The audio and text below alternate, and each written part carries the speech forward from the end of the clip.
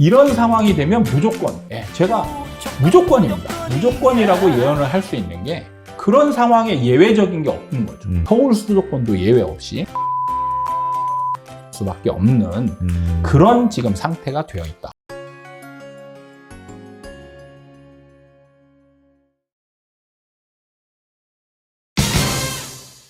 일단 미분양 먼저 한번 다뤄보면, 사실 미분양이 최근 또 전국적으로 어떻게 보면 이제 국토부가 좀 예의주시하는 선인 62,000 가구를 넘어서 네. 이제 7만 가구 육박하고 있는 단계인데, 네. 특히 이제 지방 위주로 이제 그 미분양 물량이 많고요. 네. 서울 수도권은 뭐 이제 15% 정도 전체 미분양 네. 물량의 그 정도 되는데, 이게 뭐 앞으로 어떻게 좀 전개될 거라고 보시나요?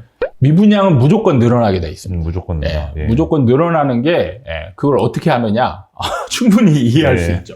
뭐냐면, 앞으로 분양하는 현장은 여러분이 느끼기에 무조건 비싸다는 느낌이 나는 가격대가 형성이 돼 있을 겁니다. 그러면 여기서 반문이 나올 수도 있죠. 건설사가 가격을 낮출 수도 있지 않냐. 절대 낮추지 않습니다. 그거를 저는 예언처럼 할 수 있어요. 분양가를 낮추지 않습니다. 그래서 분양가가 계속 높은 단계로 분양이 진행이 돼요. 그러면은 우리 입장에서 청약을 받는 사람 입장에서 무조건 비싼 거는 주변 아파트하고 비교했을 때 비싸네? 그러면 가격이 올라갈 가능성이 별로 없게 느껴지잖아요. 그럼 이걸 굳이 살 필요가 없는 거죠. 그러니까 이런 아파트들이 미분양이 생기는 겁니다.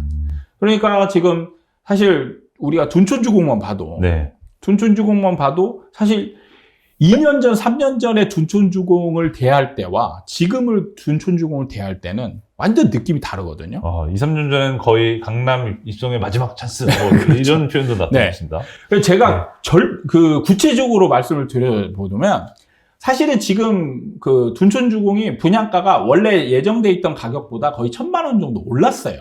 올랐으니까 이제 비싼 거 아니냐 이렇게 얘기할 수 있거든요. 근데 절대 그런 게 아닌 게 2021년 9월 달에 만약에 지금 이 가격에 분양을 했으면 분명히 수백 대 1의 경쟁률이 나왔을 거예요. 그걸 어떻게 아느냐? 옆에 그 주변 아파트하고 비교를 하면 알 수가 있거든요. 그러니까 둔촌주공을 많이 헬리오시티랑 비교를 하거든요. 헬리오시티의 가격을 보면 2021년 9월 달에 헬리오시티의 84제곱미터, 84제곱미터의 가격이 23억 5천이었습니다. 23억 7천인가 돼요. 23억 7천인가 되면 얘 둔촌주공의 지금 가격, 비싸다라고 생각하는 지금 가격에 84제곱미터에 뭐 옵션 들어가고 이자 후불제 다 넣어가지고 이자까지 다 집어넣으면 14억 정도 됩니다. 그럼 비교해 보세요. 둔촌주공의 84가 14억인데 헬리오시티가 23억 7천이에요. 그럼 누가 봐도 싸죠. 10억 차이 나는데. 그러면 행정구역을 감안하더라도 10억 차이는 과한 거죠. 그러면 싼 거예요. 그러면은 청약자들이 청약을 안 넣었을까요? 무조건 넣겠죠. 그러면 수백 대 1의 경쟁률이 나왔을 거예요. 근데 왜 지금은 경쟁률이 3.3대 1밖에 안 나왔냐? 바로 옆에 아파트 가격이 떨어졌기 때문에 그런 거예요. 헬리오시티 가격이 그때 둔촌주공 처음 분양할 때 헬리오시티가 그때 17억이 거래됐고 17억. 매물이 16억대 매물이 나왔어요. 그러니까 16억과 둔촌주공 14억을 비교하면 싸지 않잖아요. 그러네요. 2억 차이가 나지만 행정구역, 송파구와 강동구를 비교하자면 2억 차이는 뭐 거의 이제 많이 봐도 쌤쌤 정도인 거죠. 그냥 단순하게 계산하면 하락률로 따지면 헬리오가 떨어진 만큼 어떻게 보면 둔촌주공 분양가도 14억에서 비슷한 하락률로 조정이 돼야지만 뭔가 좀 납득할 만한 분양가가 되겠네요. 그래서 얘가 비싸다는 느낌이 나는 거예요. 근데 지금은 이제 심지어 이제 계약 지금 막 이제 계약하고 있는 계약이 이제 끝났죠. 지금 이제 줍줍 단계로 가고 있는데 심지어 이제 헬리오시티가 15억 거래가 됐단 말이죠. 얘는 이제 더 비싼 느낌이 나는 거죠. 그러니까 청약 당첨된 사람들마저 지금 정당 계약을 포기하는 그런 상황으로 연결되는 겁니다. 그래서 이걸 이해를 해야 돼요. 그러니까 분양가가 단순히 싸다 비싸다의 개념이 아니고 상대적인 개념인 겁니다. 상대적인. 지금 나오는 분양가가 2년 전으로 비교하자면 굉장히 싼 가격일 수 있어요. 2년 전에 근데 지금 주변 아파트 가격이 떨어짐으로 인해서 얘가 상대적으로 이제 비싸게 되는 거죠. 그러면서 이제 그 청약 대기자들이 예. 이런 아파트를 이제 청약을 안 넣는 거예요. 네. 그러니까 이런 상황이 되면 무조건, 제가 무조건입니다. 무조건이라고 예언을 할 수 있는 게 그런 상황에 예외적인 게 없는 거죠. 예외적인 게 없는 겁니다. 그래서 앞으로 분양하는 물건들은 이제 미분양이 날 확률이 굉장히 높아졌다라는. 그러면은 이제 서울 수도권도 예외 없이 네. 미분양이 늘어날 수밖에 없는 그런 지금 상태가 되어 있다. 이렇게 보시면 됩니다. 그러면 또 이것도 여쭐게요. 네. 그 마지막 요소 중에 하나가 또 정책, 또 변수지 않습니까? 네. 어떻게 보면 이제 윤석열 정부에서 일상 부동산 대책을 내면서 네. 생각보다 강하게 좀 기존 규제를 좀 완화했다. 네. 이렇게 많이 평가를 하셨는데, 그 뒤로 이제 한 달 정도 흘렀단 말이죠. 그 뒤로 실제로, 좀 이제 일부 이제 서울 외곽 같은 경우도 좀 일부 시세가 좀 소폭 반등하는 모습도 보였는데, 네. 뭐, 13 대책의 효과, 이제 한 달 정도 지났는데 어떻게 보고 계신가요? 조금 생각보다는 시장 반응이 약하다라고 이제 봐지는 게, 예. 사실 그럴 수밖에 없는 게, 금리 인상 기조가 남아있는 상태에서. 네. 그러니까 이게 제가 이제 좀 비유가 맞는지 모르겠지만 새를 이렇게 날라고 풀어줬어요. 네. 풀어줬는데 새장 울타리를 가둬놓은 채로 풀어줬어요. 그러면 그 새가 그 울타리 안에서만 날아다니지 뭐 이렇게 활개를 필 수 없잖아요. 그렇군요. 그러니까 울타리를 걷어내야 새를 날게 했을 때 창공을 훨훨 날아다닐 수 있는 거잖아요. 예. 근데 이게 맞는 비유일지 모르겠지만, 그러니까 지금 시장을 강하게 옥죄고 있는 요인이 있어요. 그게 바로 뭐냐면 금리 인상이죠. 네. 그러니까 금리 인상이 없는 상태에서 아마 이런 정책이 나왔으면 조금 더 반응이 클 수 있었습니다. 네. 그런데 이제 지금 금리 인상이 진행되고 있는데, 네. 진행되고 있잖아요. 금리 인상이 멈춘 게 아니잖아요. 네. 뭐 앞으로도 더 조금이나마 오를 가능성이 많다라는 진단이 많이 나오고 있는 상황에서 아직도 고금리인 상황에서 이런 정책이 나왔기 때문에 조금 더 그 효력, 역할이 약해지지 않았나 이렇게 이제 보는 거죠. 이번 13대책이 이제 규제를 많이 풀긴 했지만, 네. 뭐, DSR이라든지, 네. 뭐, 일부 또 규제로 남겨두는 부분도 있는데, 네. 어떻게 보면 이제 말씀하신 대로, 하락장의 끝물에 달하면 사실 어떻게 보면 과거 박근혜 정부 때처럼 빚내서 집 사라. 네. 사실 얘기가 나올 정도로 적극적인 완화책을 풀기도 하는데, 네. 뭐, 그렇게 전환될 가능성은 없을까요? 지금 당장은 좀 약하죠. 예. 그러니까 지금 당장은, 그러니까 뭐냐면, 하락 초반이잖아요. 예. 그러니까 정부는 아직도 지금 이 집값이 좀 비싸다라고 보고 있는 거죠. 보고 있어서 집값은 좀 안정되는 흐름으로. 그래서 좀 중산층이 좀 벌어들이는 소득으로 안정적으로 집을 살 수 있는 구간. 네. 뭐 그 정도까지는 봐야 되지 않나. 뭐 이런 생각을 좀 가지고 있는 것 같습니다. 그렇군요.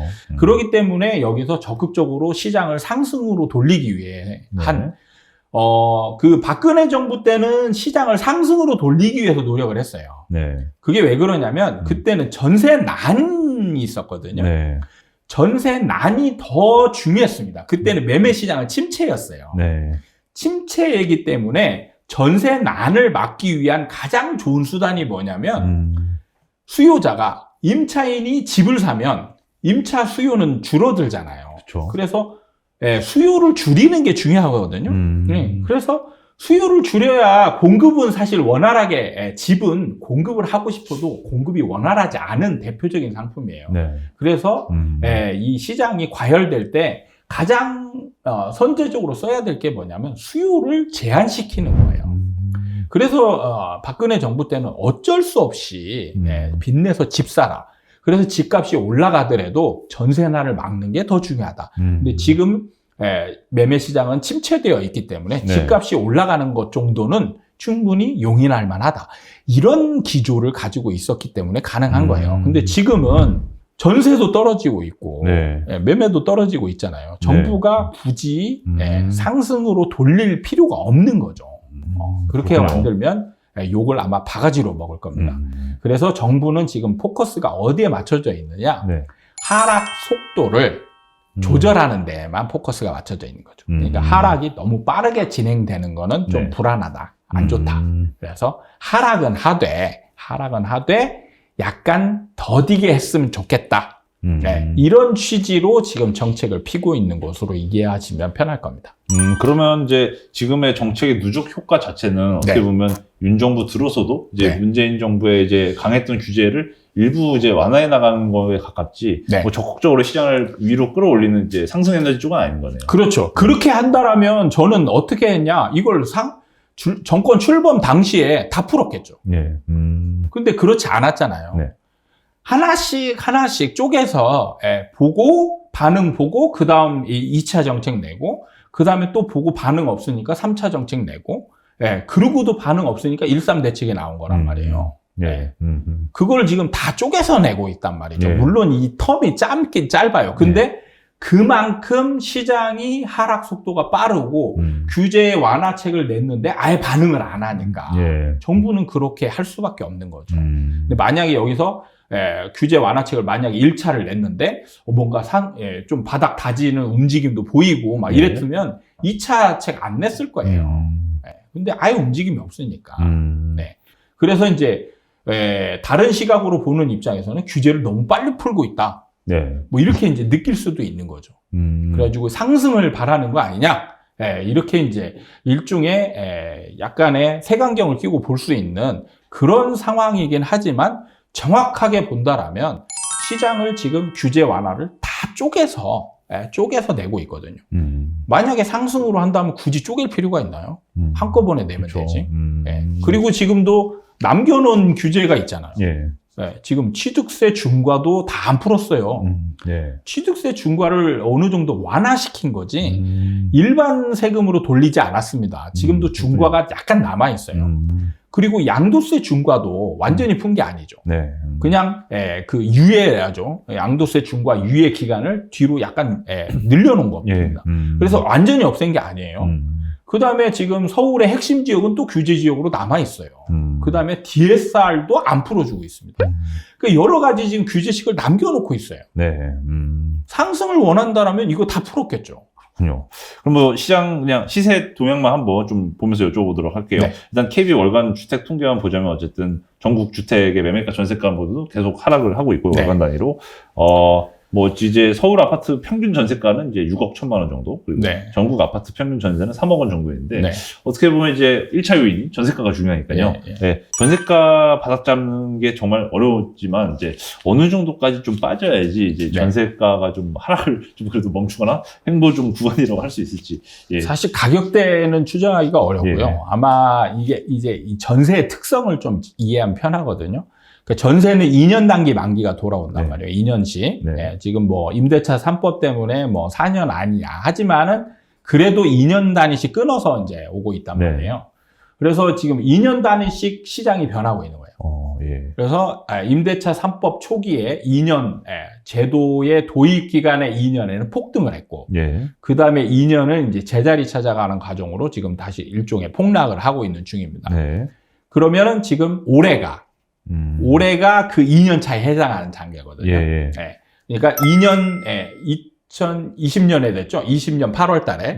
그래서 20년 8월, 그 다음에 21년 8월. 그때 계약했던, 최고가로 계약했던 게 지금 이번에 이제 만기가 돌아오는 거예요. 그래서 지금 그 비싼 가격에 임대를 들어갔던 임차인들은 이 가격을 감당 못 해요. 못 합니다. 그렇기 때문에 빠져나오려고 하고, 그러면 그 임대인은 그 가격대를 절대 못 맞추는 거죠. 그래서 가격이 올해까지 그리고 내년 뭐 좀 심하면 내년 8월까지는 하락 추세를 유지할 가능성이 많습니다. 심하면 24년 8월까지 그렇죠. 전세가 계속 하락할 수 있다. 근데 이게 이제 딱 만기를 기점으로 하는 게 아니고 물론, 시장에서 서서히 변하기 때문에 아마 올해까지 진행이 되고 내년 정도에는 하락 추세가 좀 어느 정도 약간 진정될 가능성이 좀 있다라고 예상이 되고요. 그 다음 2년은 이제 안정적인 제자리를 지금 거의 찾아왔잖아요. 지금 임대차 3법 적용되기 이전 수준으로 거의 다 돌아갔어요. 그러면 이게 이제 어느 정도 뭐 정상가라고 저는 이렇게 칭하는 거 별로 안 좋아하는데 이렇게 이제 제자리로 돌아간 게 어느 정도 정상가에 이제 근접한 그런 상황이 되는 거죠. 그래서 이제 그 다음 해 2025년부터는 전세가가 어느 정도 안정 흐름에 2년 정도 예. 흐름에 이제 있을 가능성. 거기다가 이제 주변 그 지역마다 입주 물량이 이때는 이제 입주 물량이 중요합니다. 입주 물량이 많으면 그런 지역은 이제 전세가가 좀 하락할 수 있거든요. 네. 그런 게 이제 간간히 영향을 주는 그런 상황으로 갈 것이고, 그 다음에 이제 2년 차, 그때부터는 이제 서서히 올라가는 움직임이 있을 가능성이 많습니다. 결국 뭐 길게 보면 2025, 26까지는 좀 전세가가 뭐 L자형으로 좀 이제 내려가면서 횡보 이렇게 좀 보겠네요. 그렇죠. 그렇게 되면 최근에 사실 말씀하신 대로 이제 시장은 부분적으로 계속 점진적으로 변화하고 있기 때문에 역전세나 역월세도 많단 말이에요. 네. 집주인들이 보증금을 뭐 돌려줘야 된다거나 아니면 거꾸로 이제 집주인이 임차인에게 전세금을 못 돌려주니까 전세금 못 돌려주는 부분에 해당하는 걸 월세로 줄게. 월세로 돌려준다. 네. 뭐 이런 식의 거래가 많이 일어나고 있는데, 뭐 집주인 입장에서는 네. 뭐 목돈이 없으면 이런 식으로 버텨야겠지만, 네. 이런 분들이 정말 역전세, 역월세를 그냥 버티고 그냥 쭉 버티는 게 맞는 건지 아니면 뭐 다른 방법이 있나요? 다른 방법이 별로 없죠. 없는 게 이제 대안이 없잖아요. 예. 근데 이제 그 정부가 지금 뭐 일종의 이제 특례 보증 그 대출 제도라든지 이런 것들, 그 다음에 뭐 지금 만기 연장, 뭐 이런 것들을 통해서 이제 지금, 그 집을 가진 사람들이 패닉 상태로 빠지는 거를 좀 막게, 뭐 어떻게 보면 도와주고 있는 상황이죠. 그래서 이제 만약에 지금같이 그 역전세에 나서 임대인이 지금 돈을 돌려줘야 되는데 그런 돈이 없다. 그러면 이럴 때 이제 이 대출을 활용하면 좋은 거죠. 그래서 역월세를 주는 것보다는 이제 금리가 얘가 조금 더 저렴할 수 있으니까 비교해서 협상해보고 조금 낮은 가격에 역월세 주겠다. 이렇게 협상해보고 그걸 임차인이 받으면 이제 그 땡큐고 아니면 이제 그 특례 보증 그거 받아서 보증금 내주고 이제 이자를 내면 되는 거죠. 그렇군요.